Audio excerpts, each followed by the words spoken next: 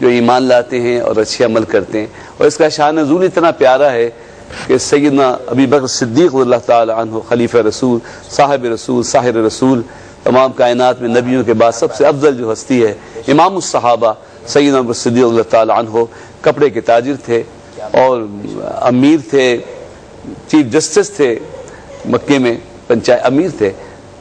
لیکن جب اسلام قبول کیا، حضور کے حلقہ بگوش ہوئے، تو وہ کچھ کام سمٹ گیا اور ظاہری مالی حالت بھی اور سب کچھ حضور پہ نثار بھی کیا. تو ان کو ایک دوست نے کہا کہ ابو بکر تم نے کیا کیا؟ تم اچھے خاصے تاجر تھے، تم اتنی عزت و شہرت تمہارے پاس تھی، یہ تم جب ان کے پاس آئے ہو تو تمہارے مالی حالات بھی اچھے نہیں، تم تو نقصان میں جا رہے ہو. اللہ تعالیٰ نے اپنے پیارے حبیب کے صحابی کی شان میں یہ صورت نازل کی ہے کہ مجھے قسم ہے زمانے کی کہ وہ انسان نقصان میں، میرا صدیق نقصان میں نہیں ہے. اللہ اکبر. ایمان لانے والا نقصان میں نہیں ہے. اللہ اکبر. آج امریکہ، کینیڈا، بہت سے دوست آپ جیسوں کی محنتوں سے اس طرف راغب ہوتے ہیں تو یہ بھی فون آتے ہیں کہ حمزہ بھائی جب سے ہم نے اسلام قبول کیا ہے یا جب سے ذرا ہم نے اپنے اعمال صحیح کیے ہیں تو ہماری آمدنی پہ اثر پڑ گیا ہے. اب ظاہر اسٹور میں وہ چیزیں نہیں رکھ رہے، وہ گیمبلنگ سے بچ رہے ہیں، بہت سی چیزوں سے بچ رہے ہیں، تو نقصان مطلب وہ کاروبار. اور دوسرے لوگ کہہ رہے ہیں کہ ہم تو مٹی میں بھی ہاتھ ڈالتے ہیں سونا ہوتا ہے، ہمارے تو نمبر نکل آتے ہیں. تو پھر ہم نے یہی سمجھاتے ہیں کہ اسلام انسان کو اچھا بناتا ہے اور حقیقت میں وہ نقصان میں ہے جو جوئے میں کما رہے ہیں اور دیگر چیزوں سے کما رہے ہیں.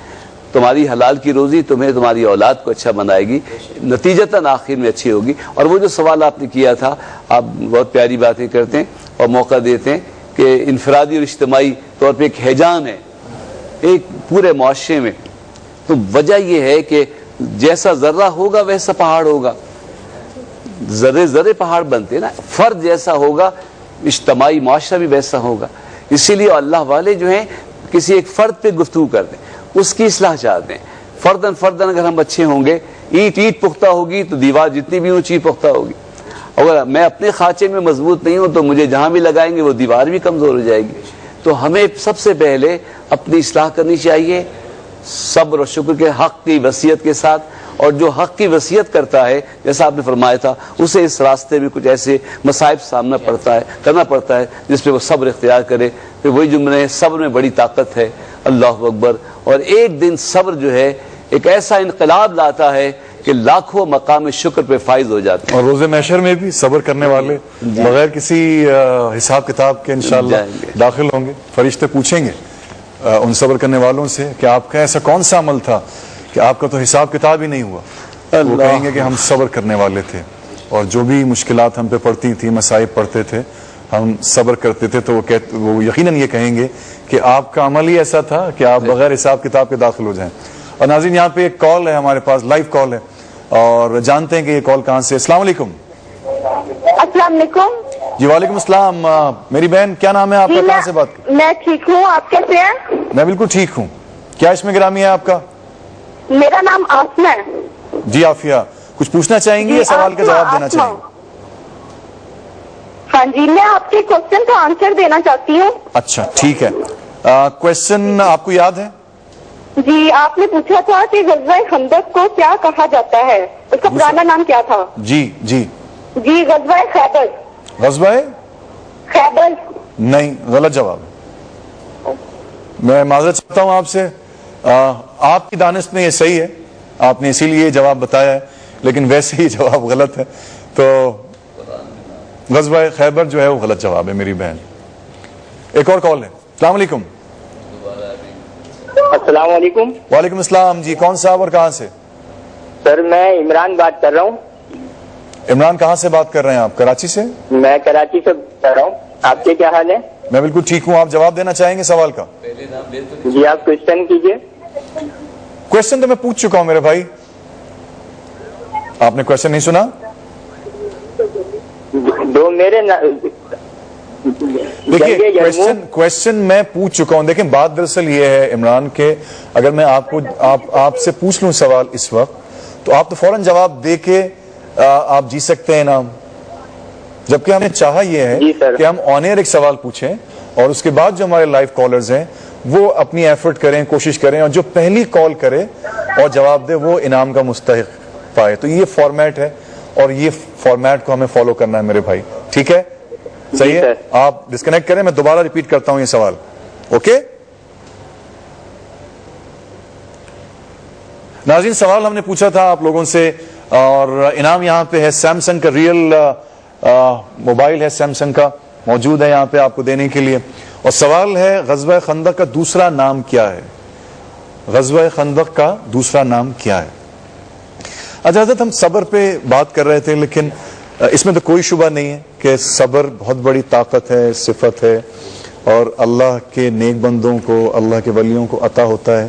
اس صبر وہ صفت ہے جو ہمیں جنت میں انشاءاللہ لے کے جائے گی, اور کسی کمزوری کا نام نہیں ہے صفت. لیکن میں دوبارہ آتا ہوں اپنے سوال کی طرف کہ خاص طور پہ رمضان میں ہم دیکھتے ہیں کہ وہی صبر جس کا اللہ نے حکم دیا ہے, اور خاص طور پہ روزے میں, اور وقت جو ہوتا ہے افطاری سے آدھے گھنٹے 1 گھنٹے پہلے کا, تو نظر آتا ہے کہ ہم میں انفرادی حیثیت میں اس صبر کا فقدان نظر آتا ہے ہم لوگوں. صحیح فرمایا. اور حالانکہ ہم مسلمان ہیں, اور صبر ہمیں سکھاتا ہے, برداشت سکھاتا ہے, قناعت سکھاتا ہے, شکر سکھاتا ہے, اللہ کی فرمان برداری سکھاتا ہے. تو اس کی وجہ کیا ہے؟ کیوں نہیں یہ علم لوگوں کے دل تک پہنچ رہا؟ حضرت کی بات اپنی جگہ پہ میں بالکل, اور ہم سب تائید کریں گے کہ ایک ایک فرد پہ محنت کرنی ہے. جب تک ایک ایک اینٹ پہ محنت نہیں ہوگی, یہ دیوار کمزور ہوگی اور کسی وقت بھی ڈھہ سکتی ہے. آپ کیا کہیں گے؟ اصل میں سب سے بڑی بات یہ ہے کہ میں یہی عرض کروں گا کہ ایمانی کمزوری ہے. ایمانی کمزوری کی وجہ سے بندہ جب یہ سوچتا ہے کہ اگر صبر کرے گا تو اس کو صلہ کیا ملے گا, اور چونکہ اگر یہ بات نہ سوچے تو اس صورت میں یہی ہوگا جس طرح آج کے دور میں ہوتا ہے. آج اگر بندہ یہ سوچتا ہے کہ چونکہ ہمارے ہاں صرف روزے کو ہم نے یہاں تک سمجھا ہے کہ کھانا پینا اور نفسانی خواہشات اپنے آپ کو بچنا, اصل یہ بھی ٹھیک ہے, یہ عوامی لیول کا روزہ ہے, مگر اس کا دوسرا درجہ جو ہے وہ خواص جو درجہ ہے وہ یہ ہے کہ اپنے آنکھوں کو بھی گناہوں سے بچانا, اپنے ہاتھ کو بھی گناہوں سے بچانا, اپنی زبان کو بھی گناہوں سے بچانا. چونکہ روزے کا معنی رکنا, آنکھوں کو بد نگاہی سے رکانا, اور ہاتھ کو جو ہے وہ تکلیف دہ معاملات سے رکانا, زبان کو تکلیف دہ معاملات سے رکانا, پاؤں کو گناہوں پر جانے سے رکنا. اور یہ تمام چیزیں تب ہوتی جب بندہ صبر کرتا ہے. جب بندہ گناہوں پر صبر کرتا ہے تو فوراً کے فوراً یہ سلسلہ ہو جاتا ہے. اور اسی وجہ سے حضور نے فرمایا کہ حالت روزے میں اگر تم سے کوئی گالی کر رہا ہو, گالم گلوچ کر رہا ہو, تو تم فوراً بولو تم میں روزے سے ہوں. بھائی تم جب یہ کہو گے میں روزے سے ہوں تو بحیثیت مسلم اس کو بھی چاہیے کہ وہ فوراً خاموش ہو جائے کہ نہیں بھائی یہ روزے سے ہیں.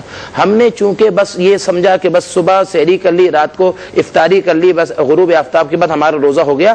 روزہ اصل میں ہمیں صبر سکھاتا ہے. اور صبر جب اگر ہم اس کے اصل مقصد کو سمجھ جائیں کہ بھائی اگر گاڑی میں ٹریفک جیم ہے تھوڑی دیر ٹھہر جائے, اور جب وہ اس وقت چیخنا چلانا یہ تمام چھوڑ دیں, اس صورت میں جب بندہ صبر کرتا ہے تو اس صورت میں آپ کے وجود میں شیطان تو بند ہے, مگر آپ کے وجود میں جو نفس موجود ہے وہ تو رکا ہوا ہے نا, وہ آپ کو زیج کر رہا ہے, ہجان لا رہا ہے کہ کچھ بولو, شور مچاؤ, وہ کرو, مگر ہاں